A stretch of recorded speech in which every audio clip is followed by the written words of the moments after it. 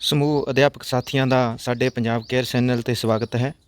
ਅੱਜ ਅਸੀਂ ਜਿਸ ਵਿਸ਼ੇ ਉੱਪਰ ਗੱਲ ਕਰਨ ਜਾ ਰਹੇ ਹਾਂ ਉਹ ਹੈ ਪ੍ਰਵੇਸ਼ਨ ਤੋਂ ਬਾਅਦ ਕਿਸ ਤਰ੍ਹਾਂ ਉੱਚ ਯੋਗਤਾ ਦੇ ਲਈ ਮਨਜ਼ੂਰੀ ਅਸੀਂ ਲੈਣੀ ਹੈ ਵਿਭਾਗ ਤੋਂ। ਇਸ ਦੇ ਸੰਬੰਧ ਵਿੱਚ ਬਹੁਤ ਸਾਰੇ ਸਵਾਲ ਨੇ ਜਿਹੜੇ ਅਧਿਆਪਕ ਸਾਥੀਆਂ ਦੇ ਮਨ 'ਚ ਹੁੰਦੇ ਨੇ।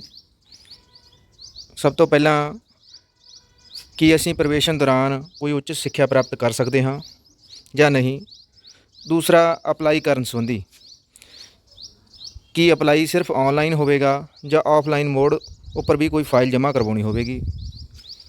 ਸਭ ਤੋਂ ਵੱਡਾ ਮੋਡ ਦੇ ਸੰਬੰਧ ਵਿੱਚ ਉੱਚ ਸਿੱਖਿਆ ਪ੍ਰਾਪਤ ਕਰਨ ਲਈ ਅਸੀਂ ਰੈਗੂਲਰ, ਪ੍ਰਾਈਵੇਟ ਜਾਂ ਡਿਸਟੈਂਸ ਮੋਡ ਵਿੱਚੋਂ ਕਿਸ ਮੋਡ ਦੇ ਵਿੱਚ ਮਨਜ਼ੂਰੀ ਲੈ ਸਕਦੇ ਹਾਂ। ਇੱਕ ਹੋਰ ਸਵਾਲ ਕਿ ਮਨਜ਼ੂਰੀ ਸਮੈਸਟਰ ਵਾਈਜ਼ ਮਿਲੇਗੀ ਜਾਂ ਸਮੁੱਚੇ ਕੋਰਸ ਦੀ ਇਕੱਠੀ ਮਿਲ ਜਾਵੇਗੀ, ਅਤੇ ਮਨਜ਼ੂਰੀ ਕਿਸ ਪੱਧਰ ਉੱਪਰ ਮਿਲੇਗੀ, DDO ਪੱਧਰ ਉੱਪਰ ਮਿਲੇਗੀ ਜਾਂ ਨਿਯੁਕਤੀ ਅਧਿਕਾਰੀ ਦੇ ਪੱਧਰ 'ਤੇ ਮਿਲੇਗੀ। ਆਓ ਇਹਨਾਂ ਪ੍ਰਸ਼ਨਾਂ ਦੇ ਉੱਤਰ ਆਪਾਂ ਇੱਕ ਇੱਕ ਕਰਕੇ ਦੇਣ ਦੀ ਕੋਸ਼ਿਸ਼ ਕਰੀਏ। ਸਭ ਤੋਂ ਪਹਿਲਾਂ ਕਿ ਪ੍ਰਵੇਸ਼ਨ ਦੌਰਾਨ ਉੱਚ ਸਿੱਖਿਆ ਪ੍ਰਾਪਤ ਕੀਤੀ ਜਾ ਸਕਦੀ ਹੈ ਕਿ ਨਹੀਂ।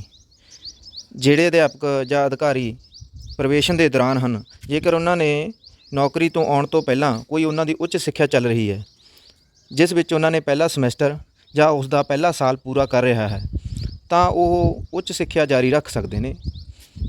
ਇਸ ਤੋਂ ਇਲਾਵਾ ਹੋਰ ਕੋਈ ਵੀ ਨਵੀਂ ਉੱਚ ਸਿੱਖਿਆ ਪ੍ਰਾਪਤ ਕਰਨ ਦੇ ਲਈ ਆਪਾਂ ਮਨਜ਼ੂਰੀ ਨਹੀਂ ਲੈ ਸਕਦੇ। ਉੱਚ ਸਿੱਖਿਆ ਪ੍ਰਾਪਤ ਕਰਨ ਦੇ ਸੰਬੰਧ ਵਿੱਚ ਸਭ ਤੋਂ ਮਹੱਤਵਪੂਰਨ ਜਿਹੜਾ ਪੱਤਰ 20/7/2017 ਨੂੰ ਸਿੱਖਿਆ ਵਿਭਾਗ ਵੱਲੋਂ ਜਾਰੀ ਹੋਇਆ, ਉਸ ਦੇ ਅਨੁਸਾਰ ਉੱਚ ਯੋਗਤਾ ਪ੍ਰਾਪਤ ਕਰਨ ਦੀ ਜਿਹੜੀ ਮਨਜ਼ੂਰੀ ਹੈ ਉਹ ਸੰਬੰਧਿਤ DDO ਨੂੰ ਦੇ ਦਿੱਤੀ ਗਈ ਹੈ। ਪਹਿਲਾਂ ਇਹ ਅਥਾਰਟੀ DPI ਕੋਲ ਸੀ, ਅਤੇ ਇੱਥੇ ਸਪਸ਼ਟ ਕਰ ਦਿੱਤਾ ਹੈਗਾ ਕਿ DDO ਪੱਧਰ ਦੇ ਉੱਪਰ ਹੀ ਉੱਚ ਸਿੱਖਿਆ ਦੇ ਲਈ ਕੇਸ ਭੇਜਣੇ ਹਨ, ਅਤੇ ਇਹ ਵੀ ਕਿਹਾ ਗਿਆ ਹੈ ਕਿ 3 ਦਿਨਾਂ ਦੇ ਵਿੱਚ ਮਨਜ਼ੂਰੀ ਦਿੱਤੀ ਜਾਣੀ ਚਾਹੀਦੀ ਹੈ। ਇੱਥੇ ਇਹ ਵੀ ਸਪਸ਼ਟ ਕੀਤਾ ਜਾਂਦਾ ਹੈ ਕਿ ਉੱਚ ਸਿੱਖਿਆ ਪ੍ਰਾਪਤ ਕਰਨ ਦੇ ਲਈ ਸਿਰਫ ਪੇਪਰਾਂ ਦੇ ਦੌਰਾਨ ਹੀ ਛੁੱਟੀਆਂ ਦਿੱਤੀਆਂ ਜਾਣਗੀਆਂ, ਭਾਵ ਤੁਸੀਂ ਪੇਪਰ ਦੇਣ ਦੇ ਲਈ ਹੀ ਛੁੱਟੀ ਲੈ ਸਕਦੇ। ਇੱਥੇ ਇਹ ਬੜੀ ਮਹੱਤਵਪੂਰਨ ਗੱਲ ਹੈ ਕਿ ਸਿਰਫ ਪੇਪਰ ਵਾਲੇ ਦਿਨ ਹੀ ਅਸੀਂ ਛੁੱਟੀ ਲੈ ਸਕਦੇ ਹਾਂ, ਇਸ ਤੋਂ ਇਲਾਵਾ ਹੋਰ ਕਿਸੇ ਪ੍ਰਕਾਰ ਦੀ ਛੁੱਟੀ ਨਹੀਂ ਮਿਲੇਗੀ। ਅਗਲਾ ਇਹ ਵੀ ਕਲੀਅਰ ਕੀਤਾ ਗਿਆ ਹੈ ਕਿ ਤੁਹਾਡੀ ਉੱਚ ਯੋਗਤਾ ਪ੍ਰਾਪਤ ਕਰਨ ਦੇ ਸਮੇਂ ਦੌਰਾਨ ਸਕੂਲ ਦੀ ਸਿੱਖਿਆ ਬਿਲਕੁਲ ਪ੍ਰਭਾਵਿਤ ਨਹੀਂ ਹੋਏਗੀ, ਅਤੇ ਇਹ ਉੱਚ ਸਿੱਖਿਆ ਦੀ ਮਨਜ਼ੂਰੀ ਕਿਸੇ ਵੀ ਸਮੇਂ ਕੈਂਸਲ ਕੀਤੀ ਜਾ ਸਕਦੀ ਹੈ, ਅਤੇ ਇਸ ਉੱਚ ਯੋਗਤਾ ਦੇ ਆਧਾਰ 'ਤੇ ਤੁਸੀਂ ਕੋਈ ਵੀ ਹੋਰ ਫਾਈਨੈਂਸ਼ੀਅਲ ਲਾਭ ਨਹੀਂ ਪ੍ਰਾਪਤ ਕਰਨ ਦੀ ਕੋਸ਼ਿਸ਼ ਕਰੋਗੇ। ਇਹਨਾਂ ਸਭ ਹਦਾਇਤਾਂ ਦੇ ਆਧਾਰ 'ਤੇ ਅਸੀਂ ਉੱਚ ਯੋਗਤਾ ਦੇ ਲਈ ਮਨਜ਼ੂਰੀ ਅਪਲਾਈ ਕਰ ਸਕਦੇ ਹਾਂ। ਅਗਲਾ ਸਾਡਾ ਪ੍ਰਸ਼ਨ ਹੈ ਕਿ ਅਸੀਂ ਕਿਸ ਮੋਡ ਦੇ ਵਿੱਚ ਸਿੱਖਿਆ ਪ੍ਰਾਪਤ ਕਰ ਸਕਦੇ ਹਾਂ, ਰੈਗੂਲਰ, ਪ੍ਰਾਈਵੇਟ ਜਾਂ ਡਿਸਟੈਂਸ।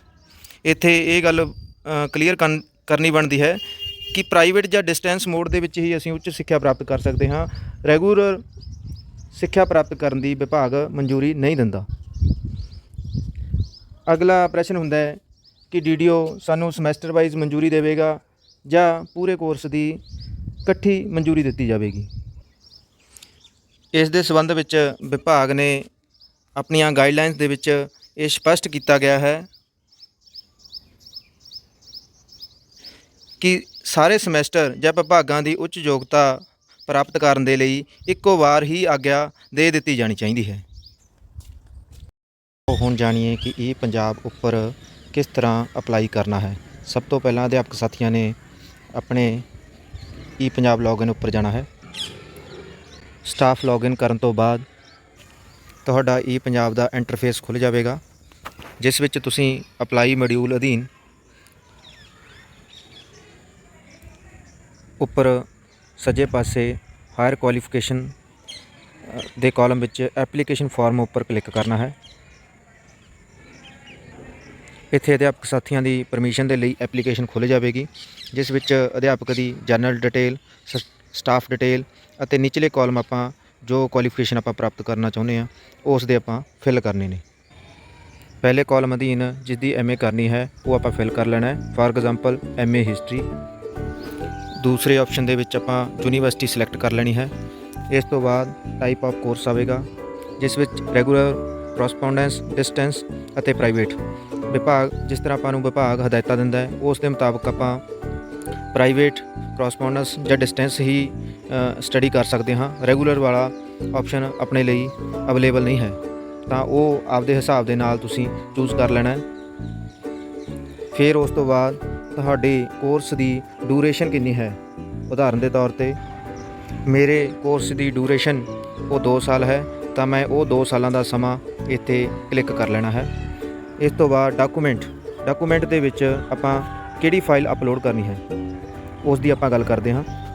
ਡਾਕੂਮੈਂਟ ਦੇ ਵਿੱਚ ਆਪਾਂ ਐਪਲੀਕੇਸ਼ਨ ਤੇ ਸਵੈ ਘੋਸ਼ਣਾ ਪੱਤਰ ਅਪਲੋਡ ਕਰਨਾ ਹੈ।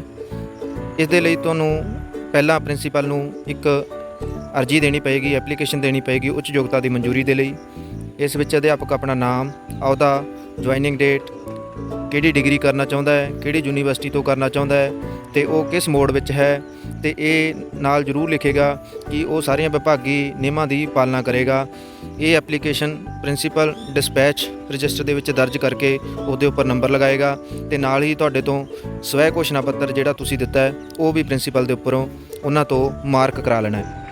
ਘੋਸ਼ਣਾ ਪੱਤਰ ਦੀ ਕਾਪੀ ਇਸ ਤਰ੍ਹਾਂ ਹੋਵੇਗੀ, ਜਿਸ ਵਿੱਚ ਅਧਿਆਪਕ ਉੱਪਰ ਆਪਣੀ ਡਿਟੇਲ ਅਤੇ ਉਸ ਤੋਂ ਬਾਅਦ ਉੱਚ ਯੋਗਤਾ ਦੇ ਲਈ ਜੋ ਸ਼ਰਤਾਂ ਨੇ ਉਹ ਇਸ ਸਵੈ ਘੋਸ਼ਣਾ ਦੇ ਪੱਤਰ ਦੇ ਵਿੱਚ ਦਰਜ ਹੋਣਗੀਆਂ। ਇਹ ਘੋਸ਼ਣਾ ਪੱਤਰ ਤੁਹਾਡਾ ਲਿਖਤੀ ਹੱਥ ਲਿਖਤ ਵੀ ਹੋ ਸਕਦਾ ਹੈ ਅਤੇ ਟਾਈਪ ਕੀਤਾ ਵੀ ਹੋ ਸਕਦਾ ਹੈ, ਜਿਸ ਵਿੱਚ ਤੁਸੀਂ ਇਹ ਘੋਸ਼ਣਾ ਕਰੋਗੇ ਕਿ ਮੇਰੀ ਪੜ੍ਹਾਈ ਦੇ ਕਾਰਨ ਬੱਚਿਆਂ ਦੀ ਪੜ੍ਹਾਈ 'ਤੇ ਕੋਈ ਅਸਰ ਨਹੀਂ ਪਵੇਗਾ, ਮੈਂ ਸਿਰਫ ਪੇਪਰਾਂ ਵਾਲੇ ਦਿਨ ਹੀ ਛੁੱਟੀ ਲਵਾਂਗਾ ਅਤੇ ਇਸ ਉੱਚ ਯੋਗਤਾ ਦੇ ਬਦਲੇ ਮੈਂ ਕਿਸੇ ਤਨਖਾਹ ਜਾਂ ਸਕੇਲ ਦੀ ਮੰਗ ਨਹੀਂ ਕਰਾਂਗਾ। ਇਸ ਤਰ੍ਹਾਂ ਦੀ ਤੁਸੀਂ ਸਵੈ ਘੋਸ਼ਣਾ ਪੱਤਰ ਨਾਲ ਅਟੈਚ ਕਰਨਾ ਹੈ, ਜਿਸ ਦੀ ਕਾਪੀ ਤੁਹਾਨੂੰ ਲਿੰਕ ਦੇ ਵਿੱਚ ਵੀ ਦੇ ਦਿੱਤੀ ਜਾਵੇਗੀ। ਇਹ ਦੋਨੇ ਚੀਜ਼ਾਂ ਐਪਲੀਕੇਸ਼ਨ ਅਤੇ ਸਵੈ ਘੋਸ਼ਣਾ ਪੱਤਰ ਜੋ ਪ੍ਰਿੰਸੀਪਲ ਵੱਲੋਂ ਤੁਸੀਂ ਪਹਿਲਾਂ ਹੀ ਅਪਰੂਵ ਸਿਗਨੇਚਰ ਕਰਵਾ ਚੁੱਕੇ ਹੋ, ਇਹ ਈ-ਪੰਜਾਬ ਦੇ ਉੱਪਰ ਆਪਾਂ ਡਾਕੂਮੈਂਟਸ ਦੇ ਵਿੱਚ ਅਪਲੋਡ ਕਰਨਾ ਹੈ। ਉਸ ਐਪਲੀਕੇਸ਼ਨ ਨੂੰ ਇੱਥੋਂ ਡਾਕੂਮੈਂਟ ਰਾਹੀਂ ਚੂਜ਼ ਕਰਕੇ ਤੁਸੀਂ ਅਪਲੋਡ ਕਰ ਦੇਣਾ ਹੈ। ਇਸ ਤੋਂ ਬਾਅਦ ਸੇਵ ਕਰ ਦੇਣਾ ਹੈ ਅਤੇ ਇਸ ਐਪਲੀਕੇਸ਼ਨ ਨੂੰ ਸਬਮਿਟ ਕਰਨ ਤੋਂ ਬਾਅਦ ਇਹ ਤੁਹਾਡੀ ਐਪਲੀਕੇਸ਼ਨ DDO ਅਕਾਊਂਟ ਦੇ ਵਿੱਚ ਚਲੀ ਜਾਵੇਗੀ। ਇੱਥੇ ਇਹ ਗੱਲ ਧਿਆਨ ਖਾਸ ਯੋਗ ਹੈ ਕਿ ਤੁਸੀਂ DDO ਨੂੰ ਦੱਸ ਦੇਣਾ ਹੈ ਕਿ ਤੁਸੀਂ ਈ-ਪੰਜਾਬ ਦੇ ਉੱਪਰ ਅਪਲਾਈ ਕਰ ਦਿੱਤਾ ਹੈ, ਕਿਉਂਕਿ ਜੇ ਇਹ ਐਪਲੀਕੇਸ਼ਨ 2 ਦਿਨ ਪੈਂਡਿੰਗ ਰਹਿ ਜਾਂਦੀ ਹੈ ਤਾਂ ਇਹ ਆਪਣੇ ਆਪ ਐਜੂਕੇਸ਼ਨ ਸੈਕਟਰੀ ਕੋਲ ਚਲੀ ਜਾਂਦੀ ਹੈ, ਫਿਰ ਉਹਨਾਂ ਵੱਲੋਂ ਅਪਰੂਵ ਕੀਤੀ ਜਾਂਦੀ ਹੈ। ਇਸ ਲਈ ਪ੍ਰਿੰਸੀਪਲ ਨੂੰ ਦੱਸਣਾ ਬਹੁਤ ਜ਼ਰੂਰੀ ਹੈ। ਤੁਹਾਡੇ ਵੱਲੋਂ ਦਿੱਤੀ ਗਈ ਐਪਲੀਕੇਸ਼ਨ ਜੋ DDO ਵੱਲੋਂ ਅਪਰੂਵ ਹੋ ਜਾਵੇਗੀ, ਉਸ ਤੋਂ ਬਾਅਦ ਇਹ ਐਪਲੀਕੇਸ਼ਨ ਤੁਹਾਡੀ ਹਾਇਰ ਐਜੂਕੇਸ਼ਨ ਐਪਲੀਕੇਸ਼ਨ ਹਿਸਟਰੀ ਦੇ ਵਿੱਚ ਚਲੀ ਜਾਵੇਗੀ। ਤੁਸੀਂ ਜਿੱਥੋਂ ਇਸ ਨੂੰ ਦੇਖ ਵੀ ਸਕਦੇ ਹੋ ਅਤੇ ਡਾਊਨਲੋਡ ਵੀ ਕਰ ਸਕਦੇ ਹੋ। ਇਹ ਦੇਖੋ, ਇਸ ਤਰ੍ਹਾਂ ਤੁਹਾਡੀ ਇਹ ਐਪਲੀਕੇਸ਼ਨ ਦਾ ਪ੍ਰਿੰਟ ਨਿਕਲਿਆ ਆਵੇਗਾ ਜੋ ਤੁਸੀਂ ਆਪਣੇ ਕੋਲ ਰੱਖਣਾ ਹੈ। ਇਸ ਵਿੱਚ ਤੁਹਾਡੀ MA ਦਾ ਡਿਟੇਲ ਪੂਰੀ ਪ੍ਰੋਪਰ, ਕਿਸ ਵੱਲੋਂ ਅਪਰੂਵ ਹੈ, ਕਿਸ ਤਰ੍ਹਾਂ ਦੀਆਂ ਸ਼ਰਤਾਂ ਨੇ, ਇਹ ਸਭ ਡਿਟੇਲ ਇਸ ਦੇ ਵਿੱਚ ਆ ਜਾਵੇਗੀ। ਇਸ ਤਰ੍ਹਾਂ ਤੁਹਾਡਾ ਈ-ਪੰਜਾਬ ਉੱਪਰ ਉੱਚ ਯੋਗਤਾ ਪ੍ਰਾਪਤ ਕਰਨ ਦਾ ਪ੍ਰੋਸੈਸ ਹੈ ਉਹ ਪੂਰਾ ਹੋ ਚੁੱਕਾ ਹੈ। ਸਾਨੂੰ ਪੂਰੀ ਉਮੀਦ ਹੈ ਕਿ ਤੁਹਾਨੂੰ ਇਹ ਉੱਚ ਯੋਗਤਾ ਪ੍ਰਾਪਤ ਕਰਨ ਦੀ ਵੀਡੀਓ ਜ਼ਰੂਰ ਪਸੰਦ ਆਈ ਹੋਵੇਗੀ। ਸਿੱਖਿਆ ਵਿਭਾਗ ਨਾਲ ਸੰਬੰਧਿਤ ਅਪਡੇਟਸ ਜਾਣਨ ਦੇ ਲਈ ਸਾਡੇ ਪੰਜਾਬ ਕੇਅਰ ਚੈਨਲ ਨੂੰ ਸਬਸਕ੍ਰਾਈਬ ਕਰ ਲਓ, ਲਾਈਕ ਕਰ ਦਿਓ ਅਤੇ ਸ਼ੇਅਰ ਕਰਨਾ। ਇਸ ਤਰ੍ਹਾਂ ਦੀਆਂ ਹੋਰ ਵੀਡੀਓਜ਼ ਆਉਂਦੀਆਂ ਰਹਿਣਗੀਆਂ। ਇਸ ਵੀਡੀਓ ਨੂੰ ਦੇਖਣ ਦੇ ਲਈ ਸਮੂਹ ਅਧਿਆਪਕਾਂ ਦਾ ਬਹੁਤ ਬਹੁਤ ਧੰਨਵਾਦ ਜੀ।